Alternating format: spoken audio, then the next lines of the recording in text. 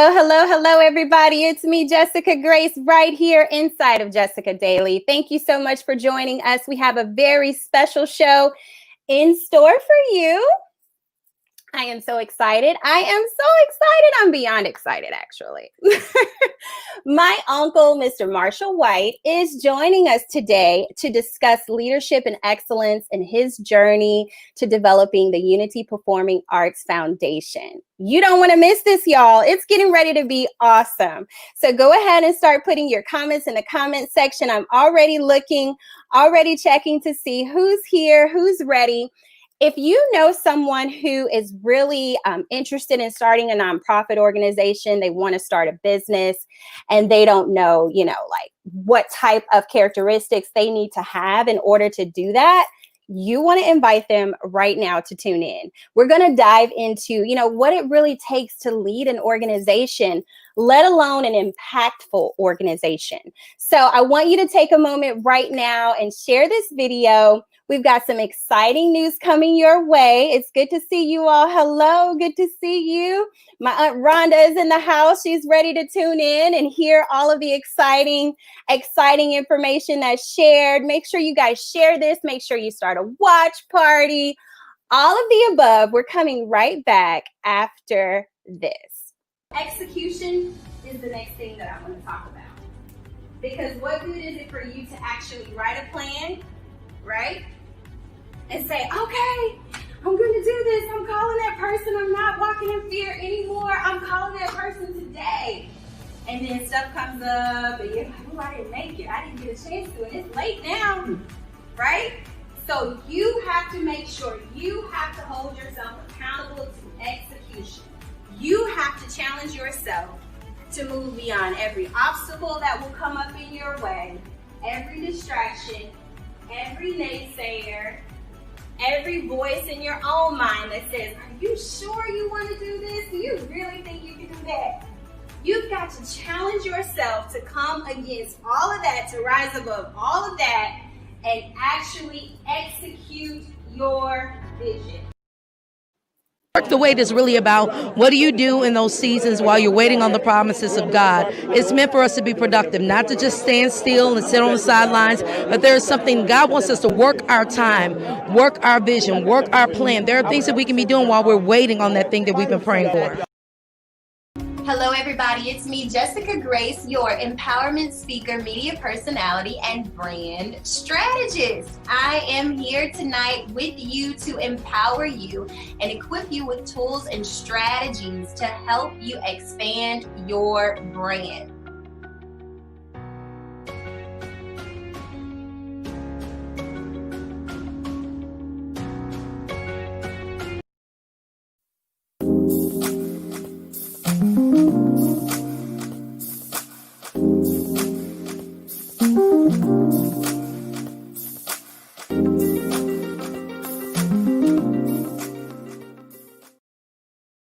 All right, everybody, we are back. We're back, and I appreciate you guys so much for being here. Thank you for the love and support you have shared thus far. I'm getting ready to bring in my uncle now. I'm so excited about Marshall White, my uncle, but not just my uncle. He definitely is a mentor, a life coach, someone who will help you to make sure you're striving for excellence in every area of your life. So I see him backstage. I'm going to bring him in. Hello, hello. How are you? Let's see. Let me unmute you. I think your mic is muted. Can you see if you see the mute button? How about that? How you doing? I am doing well. How are you today? I am doing fantastic. You look beautiful. Oh, thank you. Thank you. This was definitely one of those where it's like, throwing stuff everywhere. Well, you know what? When you got it going on, you don't have to do too much to keep it going on. Oh, that's so awesome. Thank you so much. I appreciate that. So how are you? How have you been? First of all, there's so much going on right now in our world. How have you been handling everything? Oh, I have been very, very productive and prolific and trying to take advantage of this crisis and squeeze every opportunity out of it I can find. because I've learned a long time ago that majority of our growth lies in our setbacks and our tragedies, our crisis. So this is another one that, and this happens to be something that none of us have experienced before. So that means on the other side of this, it could be something that we've never experienced before on a better side. Mm-hmm. So I'm preparing myself. I believe that this is preparation period. Wow, that is so powerful. Wow. And I know it's been an adjustment for your staff and the students. How have Yeah. they been coping, and what have you been doing to kind of help them to adjust with the times, just from a mindset standpoint? Well, we have, as soon as we basically were preparing for something on this magnitude years ago, when we moved into the training center, I basically set the training center up from a virtual perspective. We had webinars equipment set up in the new training center. We had Zoom. We had already had our Zoom. This is like 2018, 19.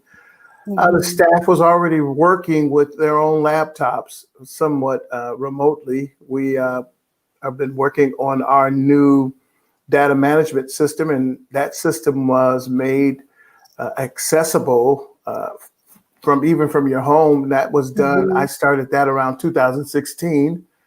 So when we got to this point, we shifted from the office to the homes, and we never missed a beat. The programming became virtual. We built a virtual learning center. We created a place where the kids could come and do lessons. We put our oratory program online. We put the creative writing online, and I created a Let's Talk virtual conversation for the youth on the weekends. And I created a series called In Times Like These, Thought Series. And we're doing a Unity Colorful Arts Initiative that we're basically going to be launching that soon in the coming months. So this has been a very, very extraordinary time, and it's been challenging, but we have made ourselves available for the season. That's so powerful. That is so powerful. So let's go ahead and kind of back up a little bit. I wanted to just kind of see, how you're handling things and how the organization is handling things, because that's just the going conversation right now with this pandemic. But let's start from the beginning, of your journey of building the Unity Performing Arts Foundation. I was reading through the information on the website, and we're going to be putting that up soon as well so that people can find out more. But how did the vision even come to mind? Let's talk about that and what inspired you to create the organization. Well, in 1993, I began to see visions and dreams, and I would basically write down what I saw in my sleep. And it happened for a period of time, but it came out of a desire to want to create a platform. One, I saw that African Americans did not really have a true productive developing platform for kids outside of the church. Right. In terms of the arts and in terms of youth development. So basically, we got our arts psyche going in the church. And when it came to community arts, or when it came to structural arts programming, most of us never embarked upon that type of operation. So I had a desire to create a platform that would not just be useful for our community, but that could be replicated across the country and become the first artistic and youth development platform that was replicatable. So this dream I wrote about 3 years before I even began to understand what this thing was about. And I was working for Purdue University around 1994, 95. And in 1995, I was at Ohio State University doing a concert, and some guy came up to me after I was getting ready to lead. He said his name was Prophet someone, and he came up to me after we were getting ready to leave the auditorium with the musicians, he came, shook my hand, said, "Oh, their choir was wonderful. I enjoyed it." He said, "But I didn't stop you for that. I got to give you a message from God." So I went, Wow. "Okay." And so he grabbed my hand. He said, "I'm serious." Because I was like, okay, because I'm from the church, So when people do that, part of you going, okay, whatever. Right. And then so he looked me dead in my eyes and said, "God has chosen you to lead the children in the next generation." And Wow. and he said, "Your faithfulness has come before him. You have been faithful over a few things. He's going to raise you up and do so and so." He just continued to talk. And my musicians who were with me, they were paralyzed. I was paralyzed simply because we were talking about this vision I'd been writing while we were driving to Ohio State University. And I was letting him look at the manuscripts that I had spent 2 or 3 years writing on this vision. Wow. And they were going, "Man, this is phenomenal." And so when this happened, it was almost like a confirmation that what God was doing was choosing me for something to bring forth on the earth that had not been brought on the earth. And so that was humbling to even get that confirmation. Right. I can't tell you what he looked like. All I can say is a dark-skinned African guy who said his name was Prophet, but I can't remember. All I do is I can remember the message, Mm-hmm. and that's it. And so then after that, shortly after that encounter, 1996, I then left my father's ministry after 27, 30 years of work with him to launch this concept. And that wasn't really a very popular thing to do back in the 90s. Yeah. But Anytime, really. I was challenged that what I was called to do, I had to leave my father in order to do it. And so I had to make a choice, either that or to continue in his ministry. I chose to leave. In 97, I put a crew of people together, and those people worked with me, and I did a presentation for them, Mm-hmm. and we did an entire presentation of the vision. I asked those people who I invited, if you would like to be a part of this, would you please be willing to stay after? So Wow. about 6 people stayed, and we spent the next 3 years planning strategy and foundational building. And so it took us 7 years before we launched this. Wow. Yes. So 7 years. 7 years. We gotta back up a little bit. Okay. This is good because first of all, you had to leave a familiar place. Yes. And, a lot of times when we are getting ready to step out into our dreams and we're stepping out on faith and we're stepping out on what we know we feel God has purposed us to do, or just what's in our hearts to do, it's hard to leave that familiar setting. And let alone it being something very comfortable and meaningful and dear to your heart. Can you just talk a little bit about, I guess, what it takes to do that? What kind of mindset? I think out of all of the decisions I've ever had to make, that was the hardest decision I've ever had to make, because when you're connected to family in some way, you're connected differently, especially in the ministry, much different than anything else. So I mean, it's hard to leave ministry when dad is the leader. It's difficult sometimes to leave ministry when dad is not the leader, if you have such a cohesive connection, but when that family tie is there, it makes it much more difficult. So it took us a while to get through that, because we were not on speaking terms for some time, and that was simply because I just believe that it was time for me to grow into a season that I had been very faithful over something that was someone else's for years. Wow. And the Bible says, if you're faithful over that which is someone else, you will be given your own. So, and it to me, I encourage young people today. They tend to want to pursue their own before they have been faithful with someone else. Wow. And when you're focused and faithful with someone else, you're not thinking about your own. You're thinking about, how can I make this better? How can I make this vision better? And so that's basically what I was doing. Is how can I make my dad's ministry better? How can I make this music ministry the best? And so I did all types of unique and innovative things there, here in Fort Wayne, Indiana. And some of the things I was doing was basically ahead of my time and ahead of the time of the music industry. Right. And so the decision was tough, but I learned later that it was the best decision and it was the right decision, because I did not know, had no clue 5 years after I made my decision, my dad would be dead. So he passed away 5 years after I made that decision.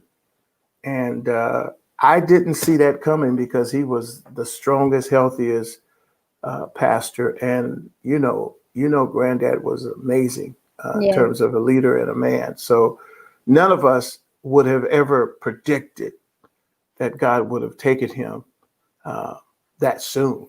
So, yeah. But now, I look back and I say, I thank God for the courage. And I have to say that my wife was also instrumental in inspiring me and helping me see the greatness in me and the potential that was there. She played a very major part in inspiring me to say, hey, you need to step out into the ocean.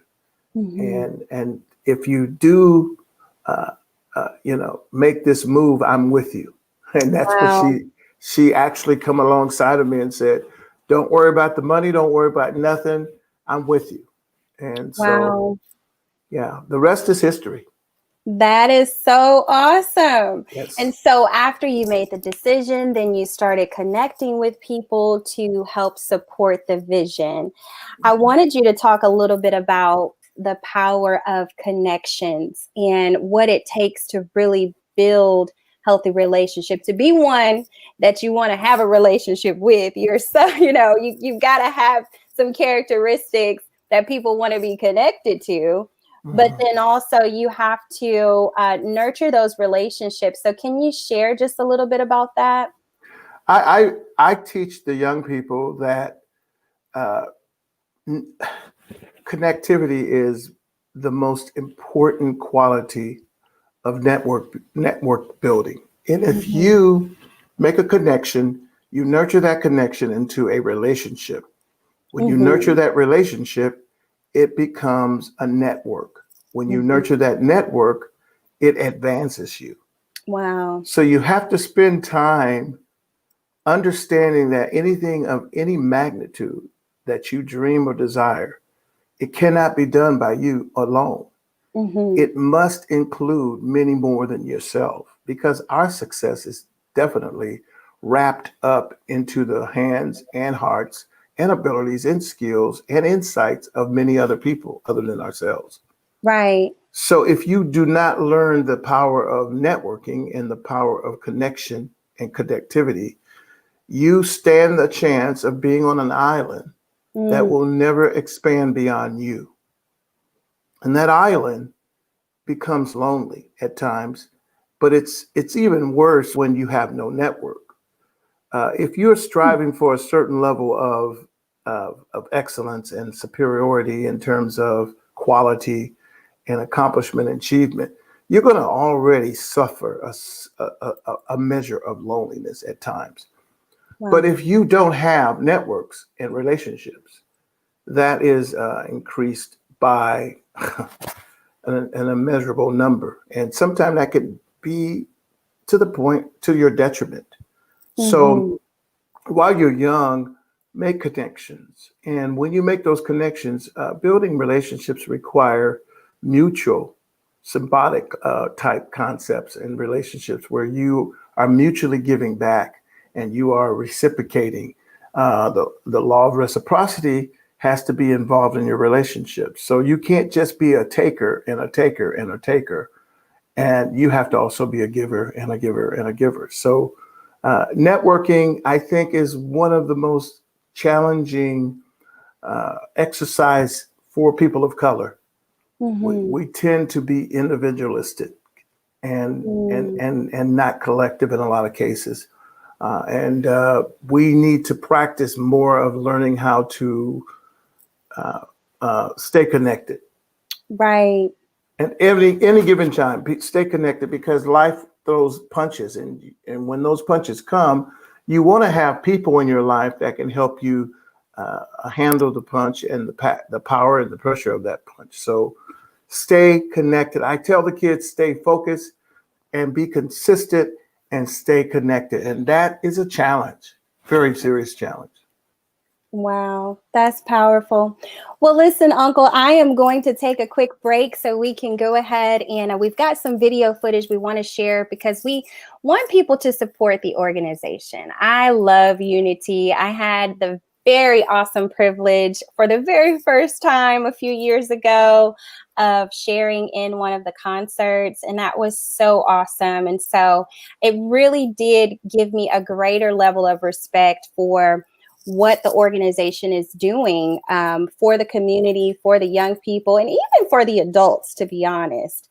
I think just as much as this organization impacts young people, it shows adults how to give back, how to mentor, and how to be concerned. So we're going to take a quick commercial break, and then we're going to show just some footage of the organization in action and what the young people have to say. We'll be right back.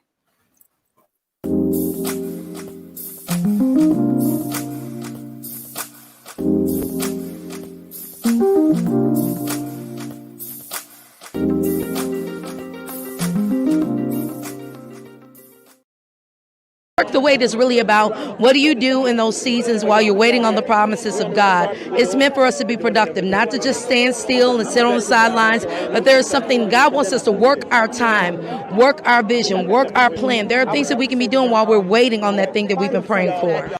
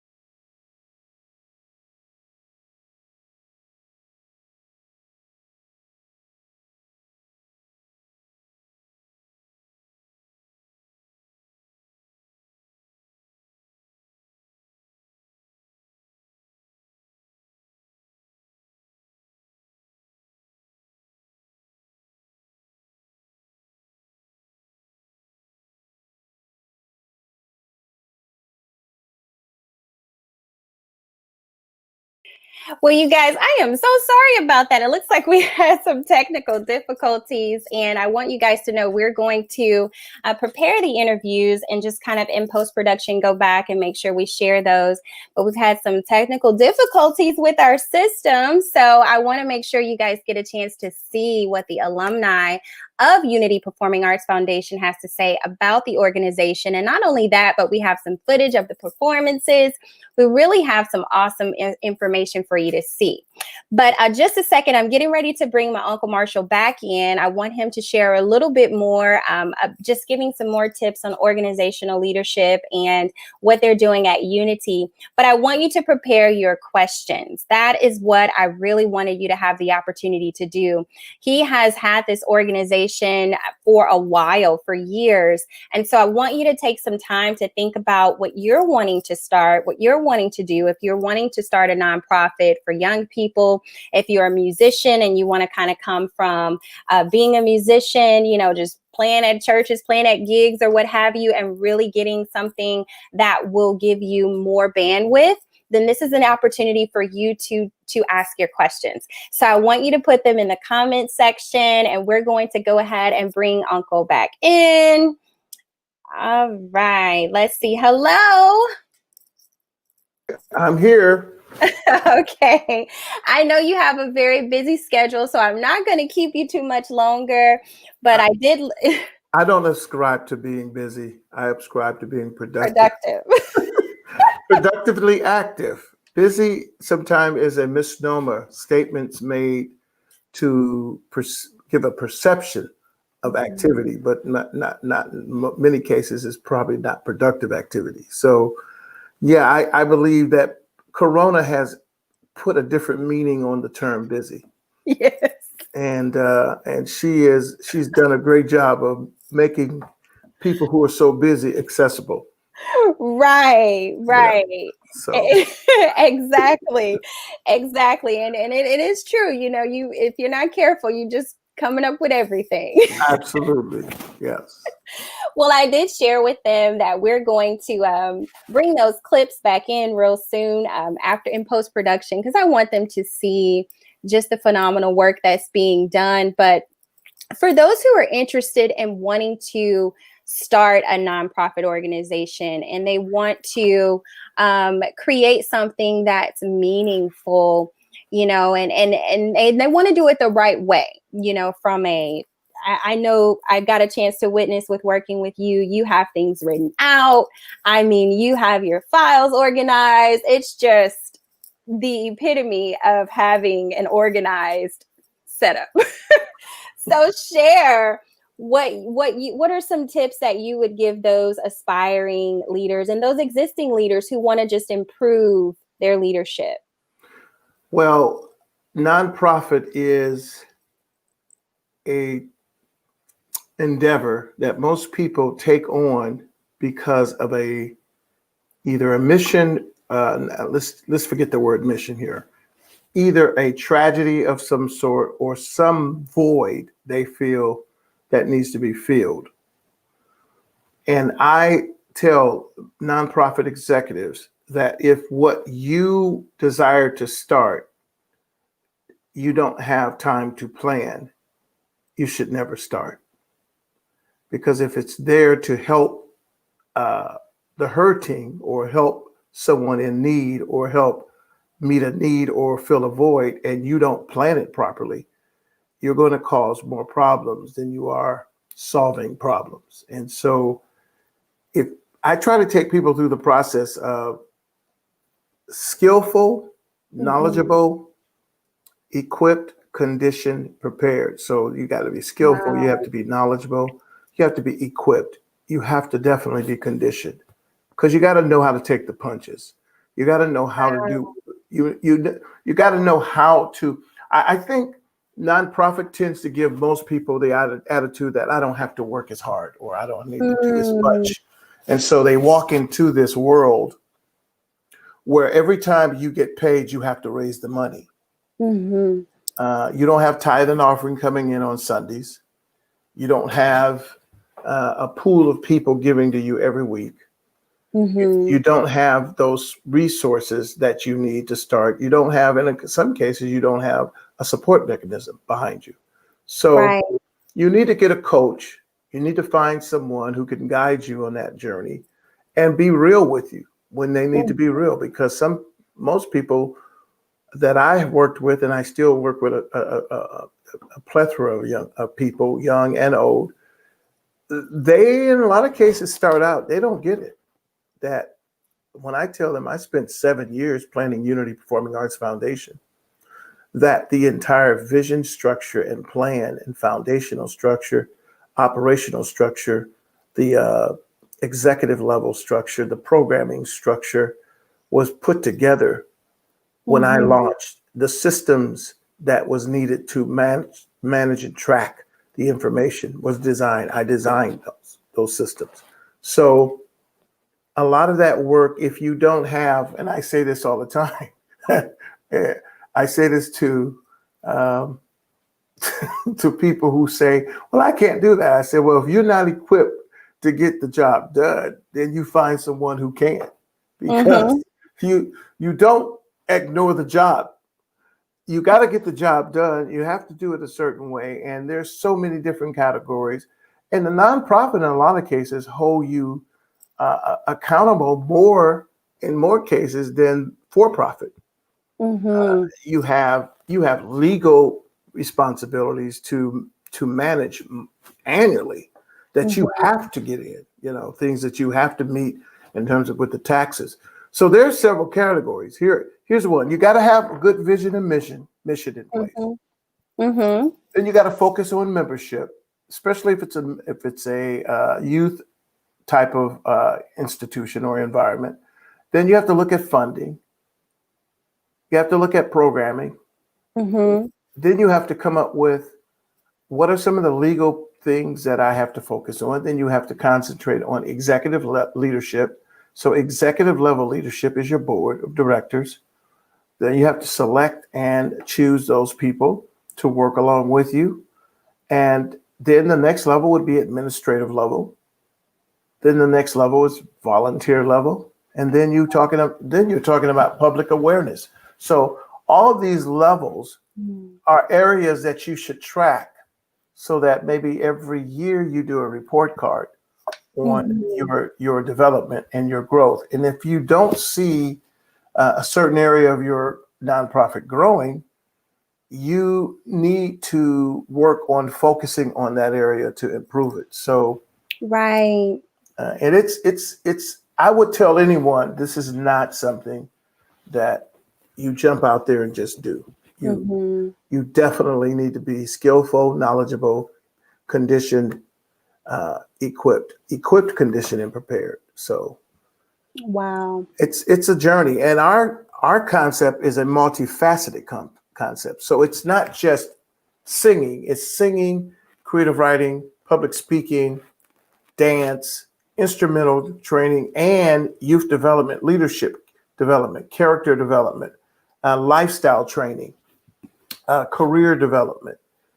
So you're preparing these amazing kids, not just from the talent perspective, but also from the character perspective. So they're learning principles, they're learning life skills. They all have to learn the foundational principles of the organization in both English and in Spanish.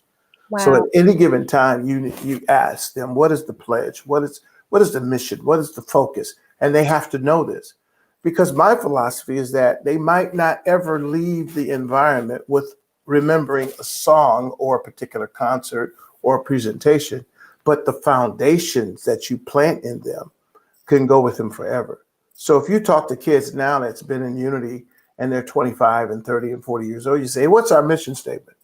And they can all say, unite and empower our members with artistic excellence by promoting training, discipline, professionalism, and teamwork in a positive environment that allows every person the opportunity to grow and express their natural artistic abilities as they follow and fulfill their dreams. And that is also, every child learns that from the age of 6 all the way up.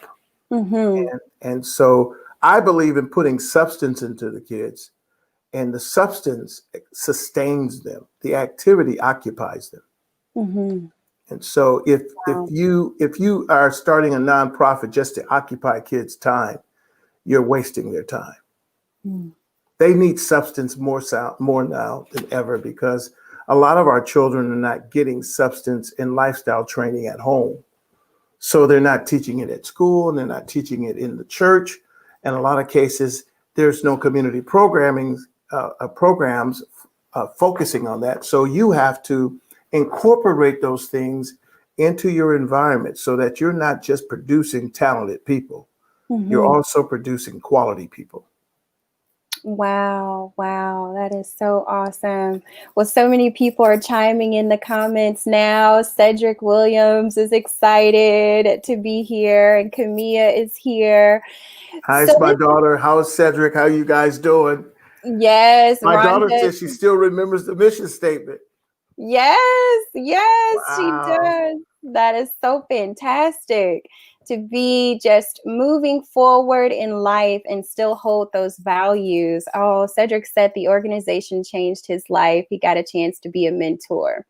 That's phenomenal. That's phenomenal. I just remember the one little program I was a part of, and it changed my life.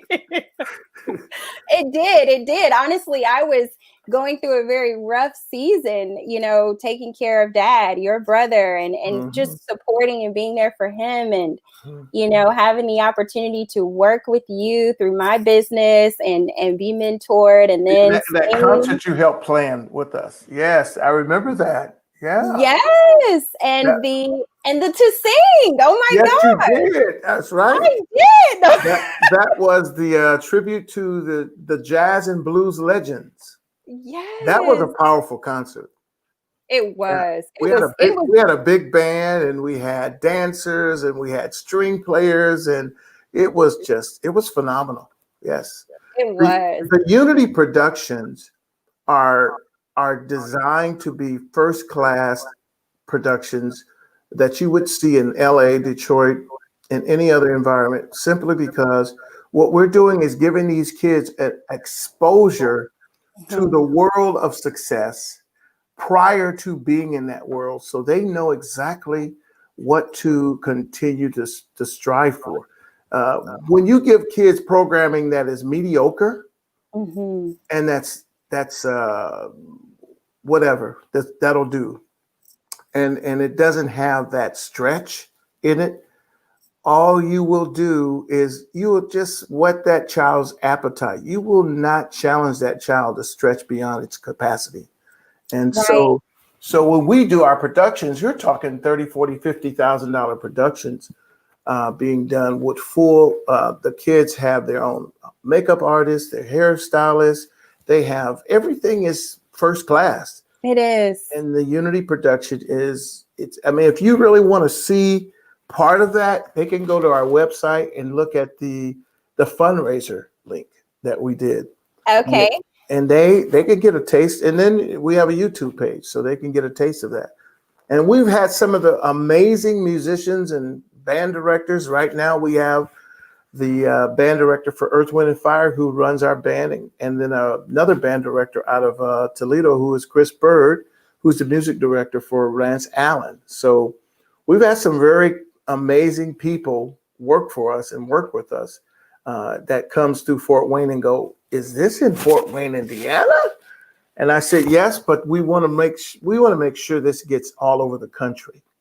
Right. Yeah. Right. And it will. It will. You've already kind of started in Chattanooga, right? We're our first replication model is in Chattanooga. Marcellus Barnes has embraced the first Unity Performing Arts of Chattanooga, and they're doing well and doing good. We're working on one in Baltimore. We're working on possible at Toledo, Ohio, hopefully. And I talked to someone yesterday about a Boston affiliate. So hopefully this could be the first concept. I think the most powerful thing about this platform is that it takes the music of our culture and it takes the heritage of our culture and all of the nuances that is basically extracted from what we do when kids go to college or go to school. Because school and education in high school and even universities have, in most cases, either watered down our heritage or our music or our capacity to produce, or they have just completely dismissed it.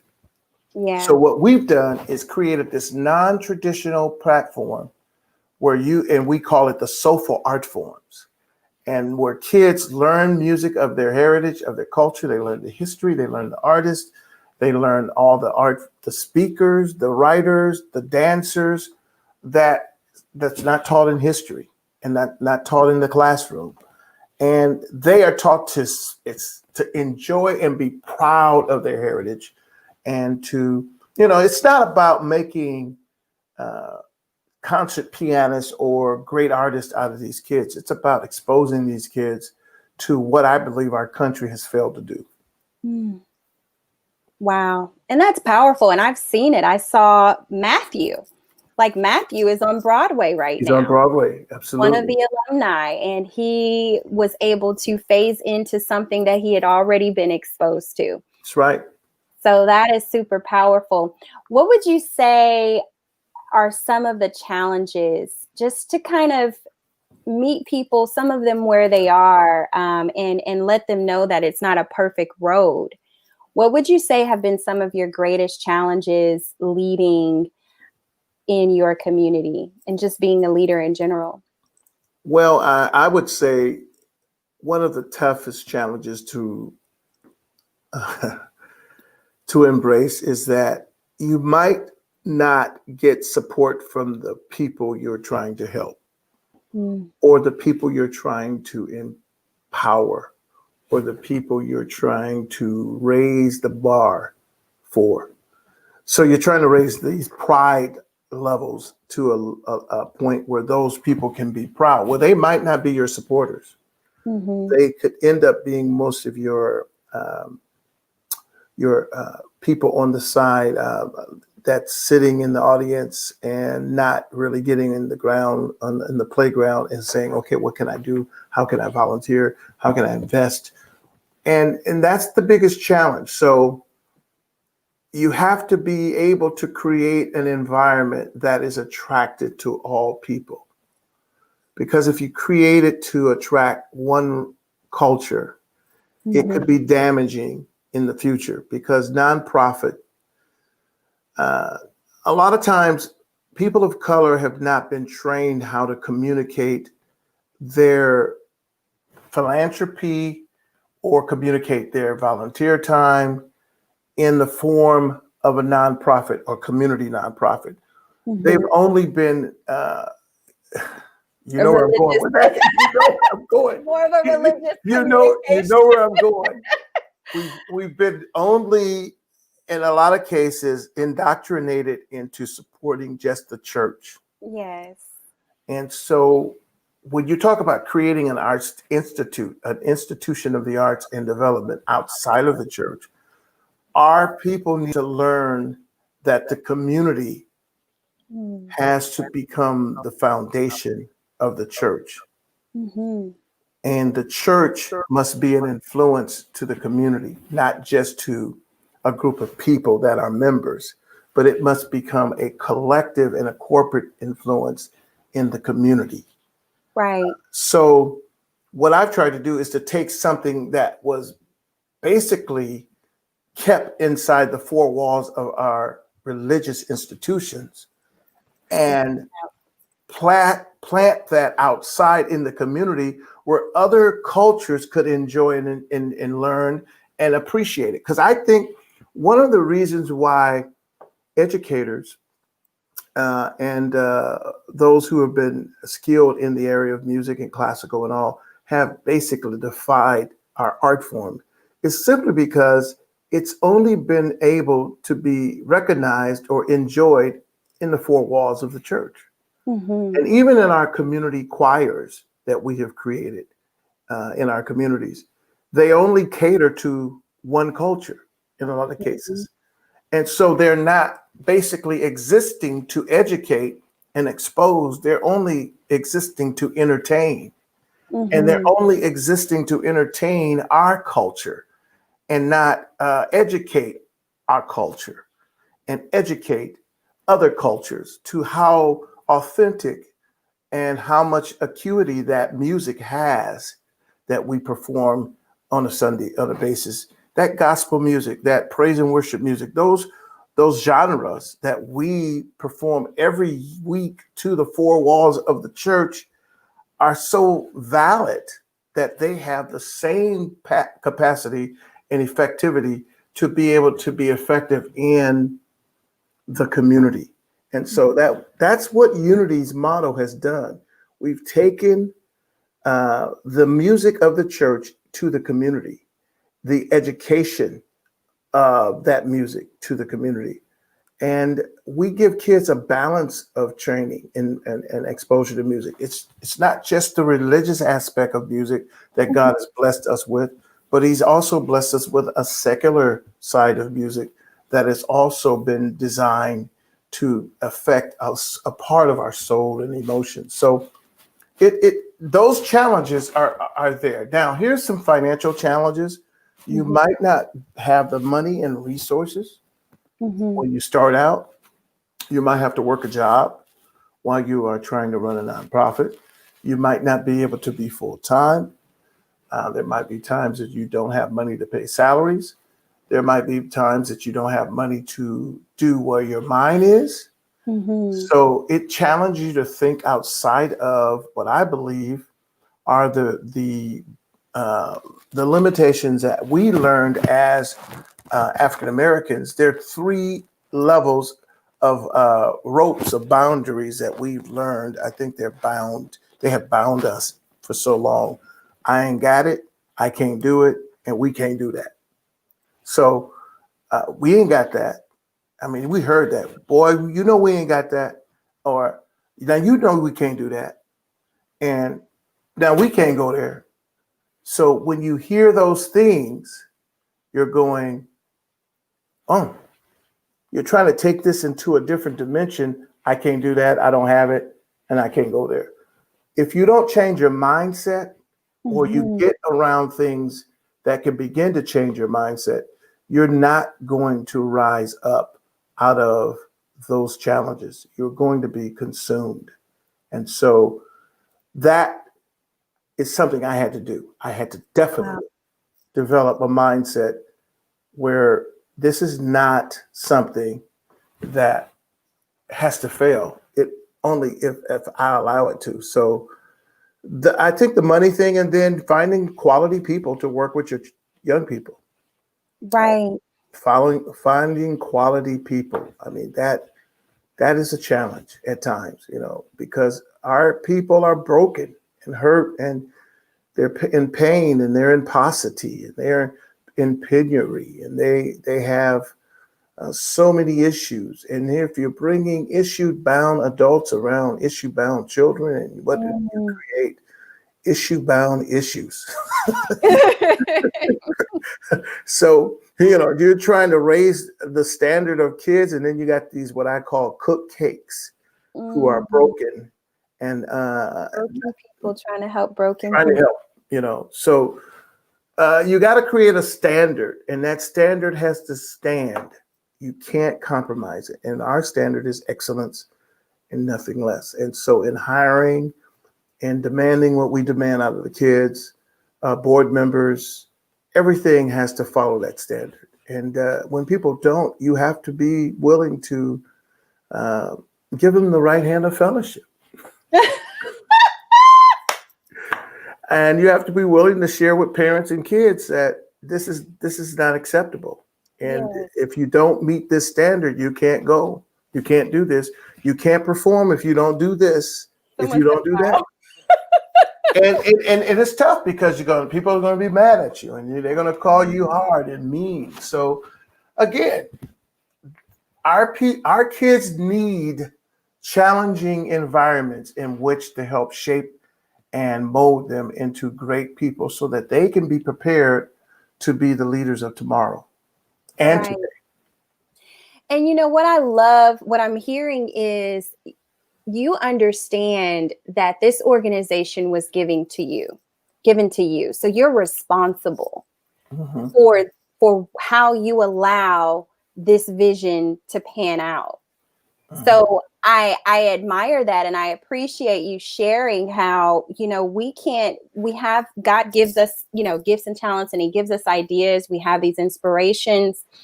And then when we connect with other people, it's important for us to protect, to make sure that we were given, that vision that we have, unfolds in the way that we know is the standard that we have.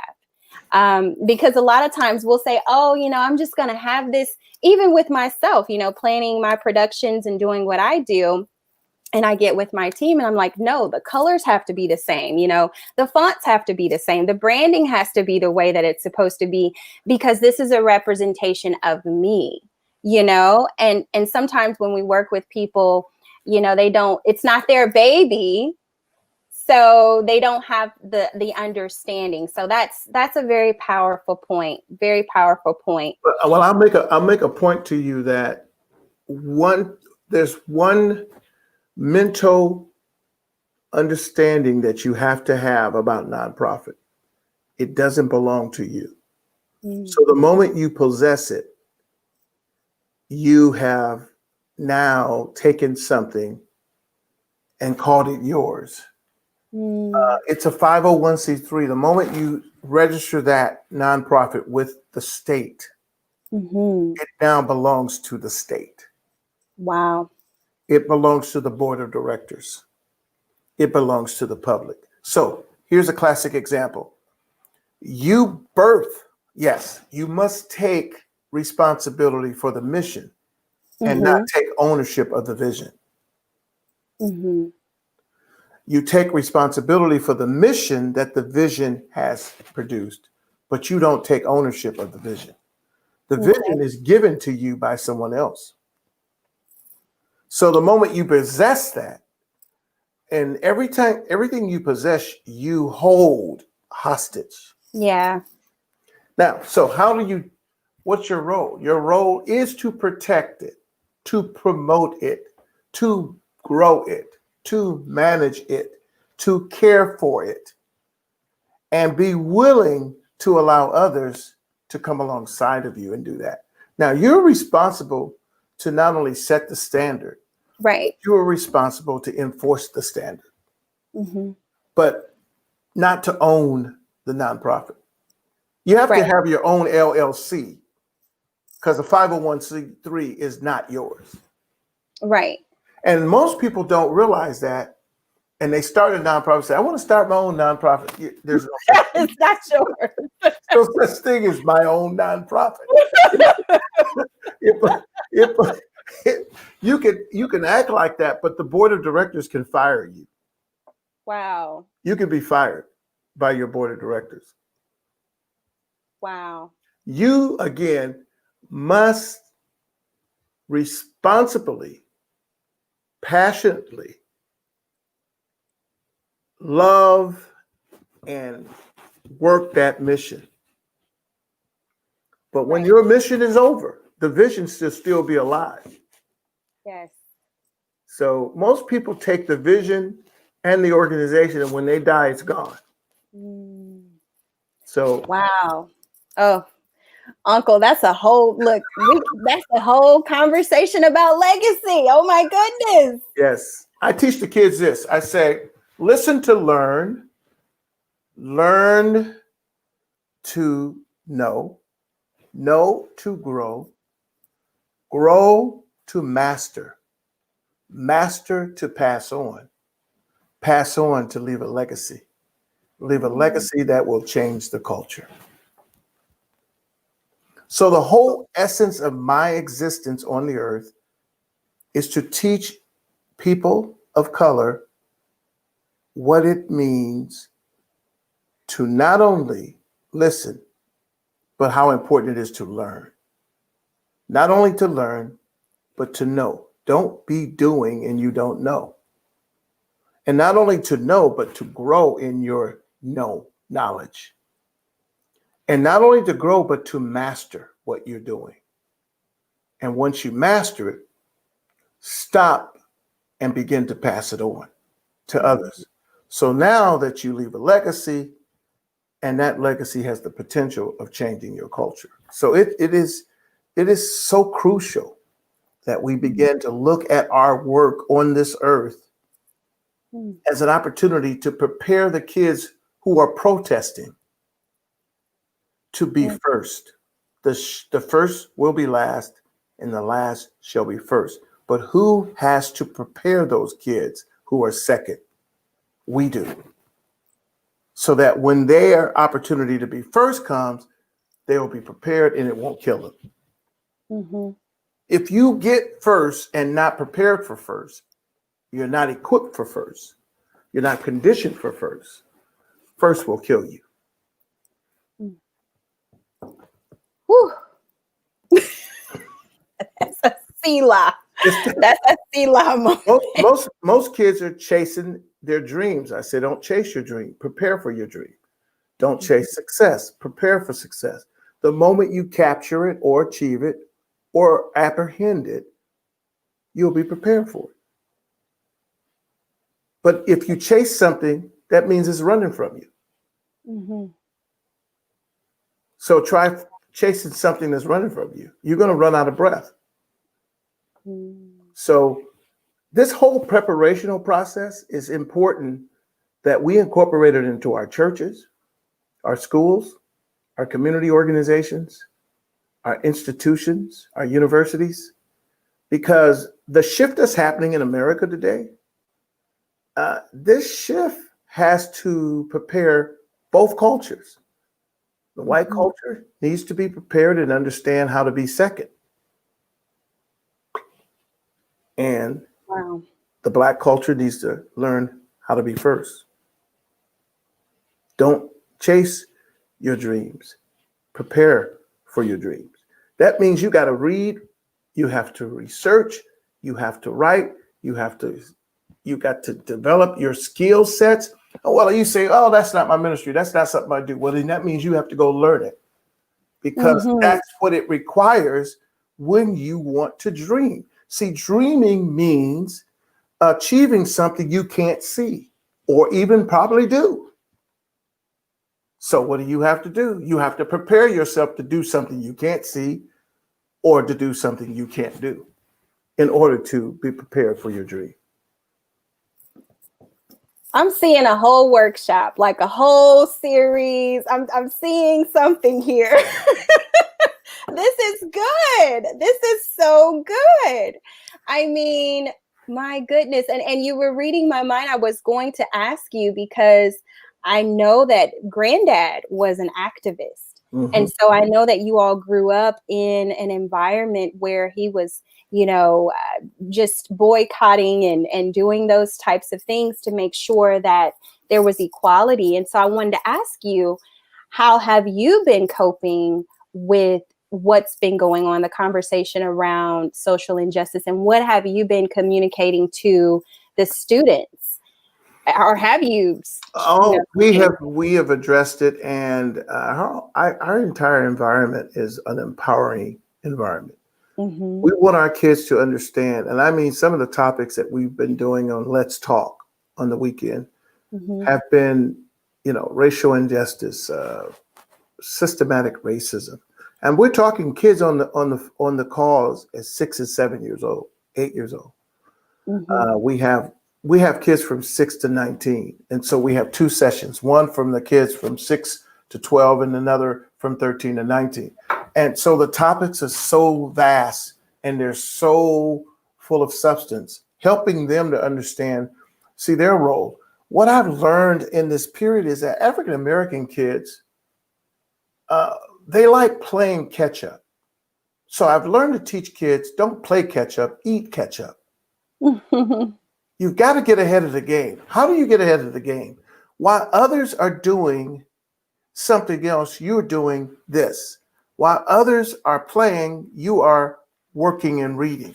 While others are on video games, you are on research level. See, we've got to get them to understand that the world that they're trying to apprehend, or the world that they're fighting to become equal with, is going to demand a certain level of responsibility out of them that most of them right now can't even, there's no comparison the work ethic that you need to have, and the ability to work more than one shift. And I'm not talking about 2 or 3 jobs. I'm saying Mhm.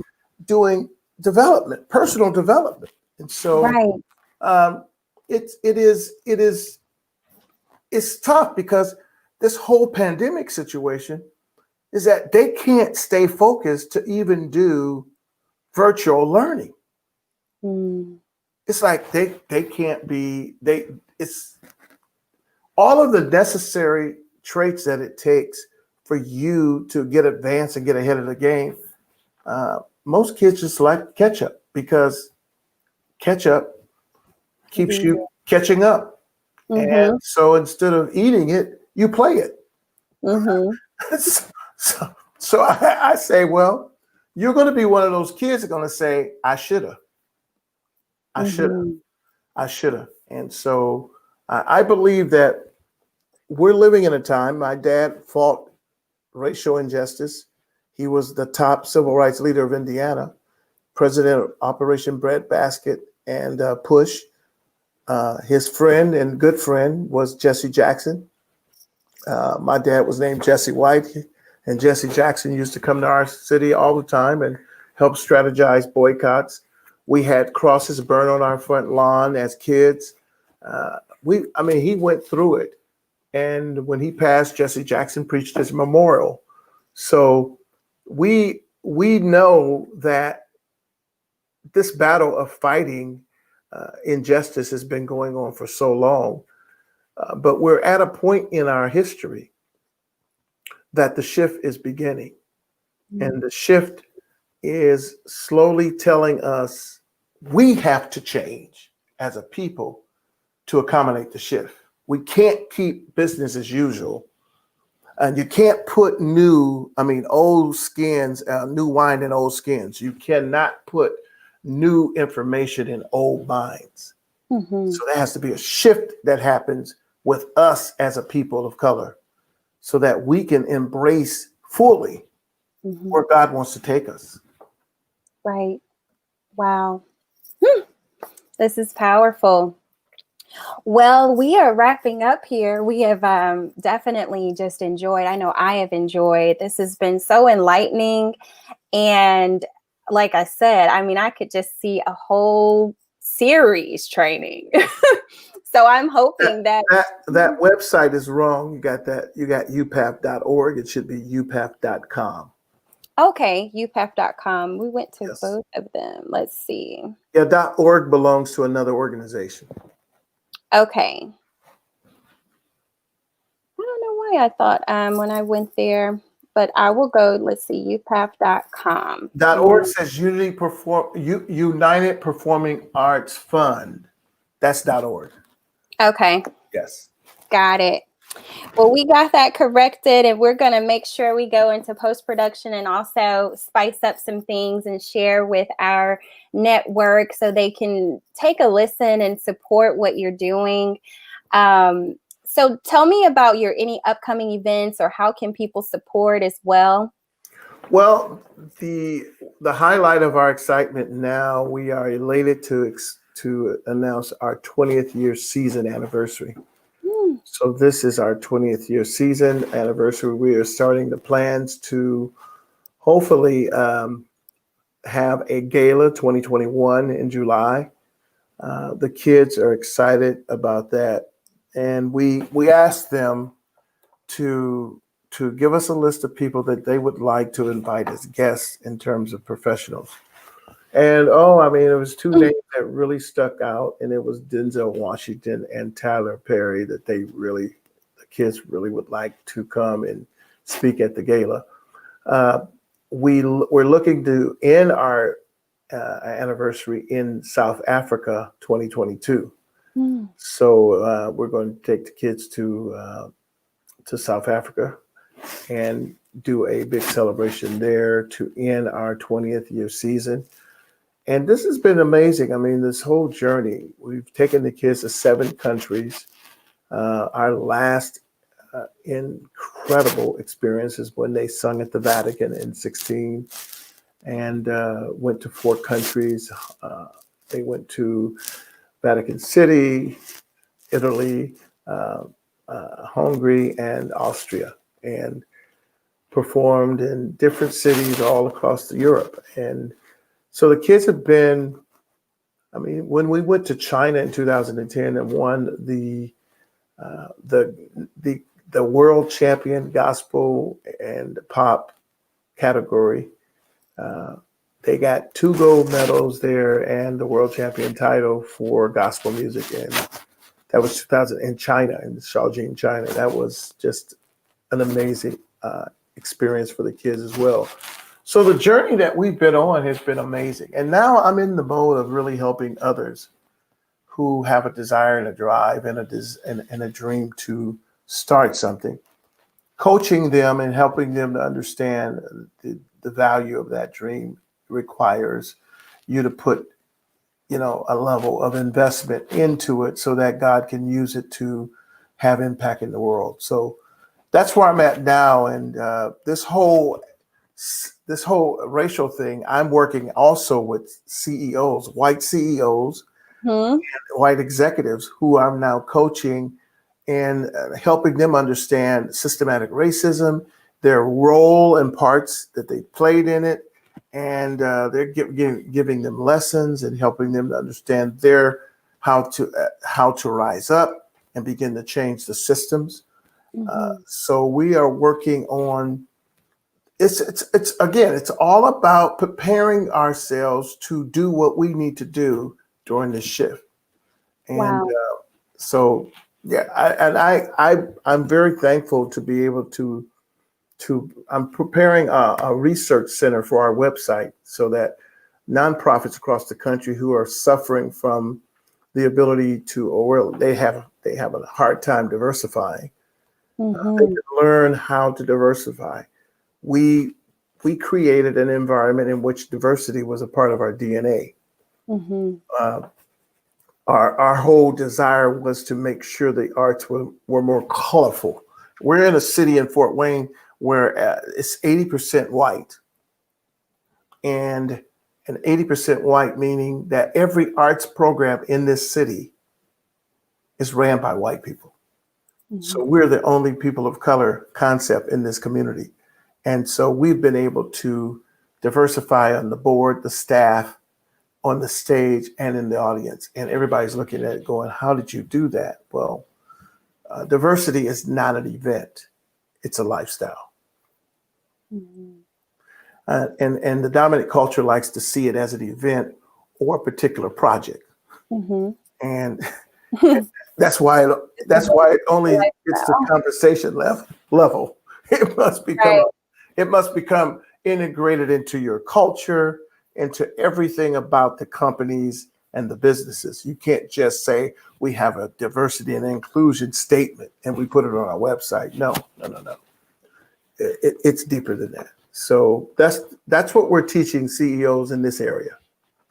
Wow, I love it. That is powerful. And I definitely was going to ask, how can people learn and improve adults, so I'm looking forward to getting that information from you. So they can visit upath.com to donate and to support.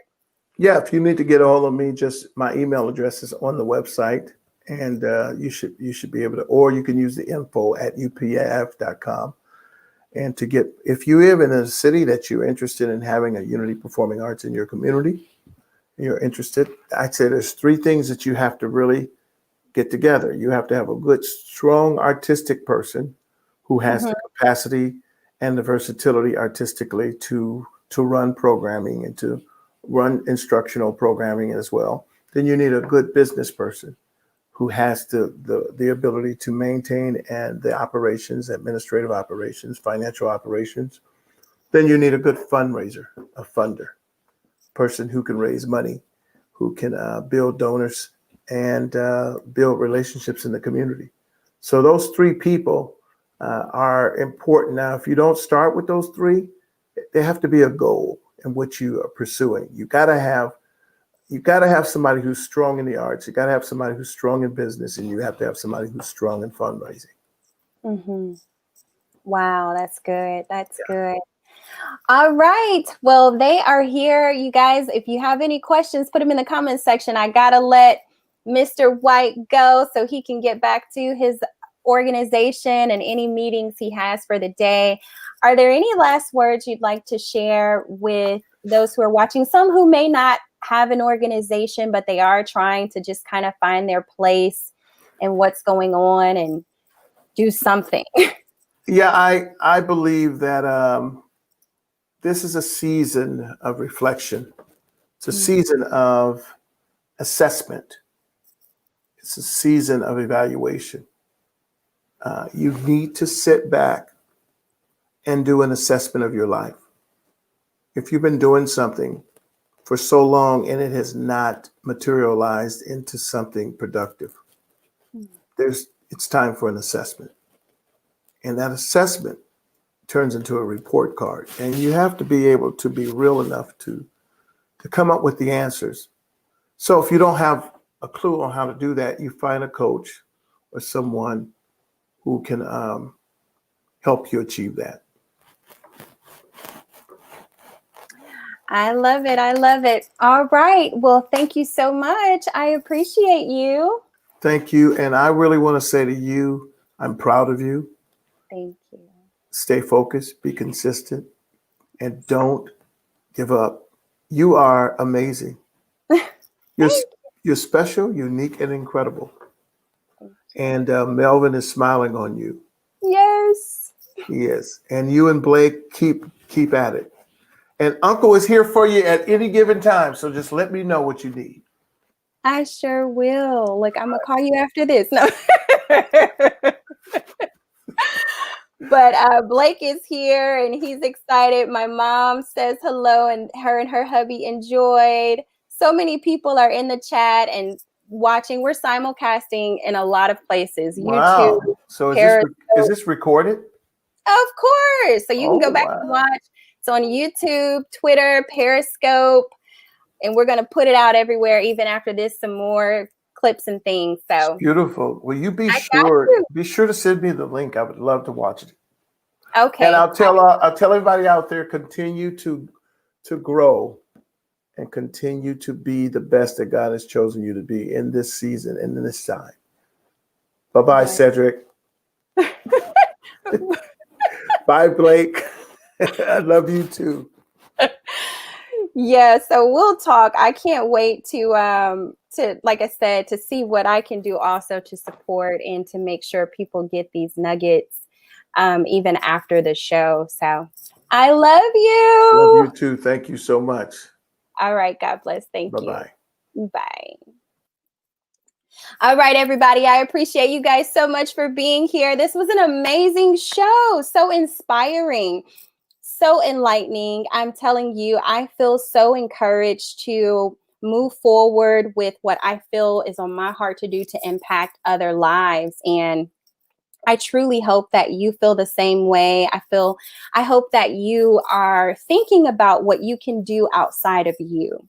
So something bigger than yourself, something that would carry on, as we were discussing, even after you were to pass on, So it's important that we think about legacy. It's important that we think about building the right community around us, the right mindsets, to help us to advance in the way that we need to.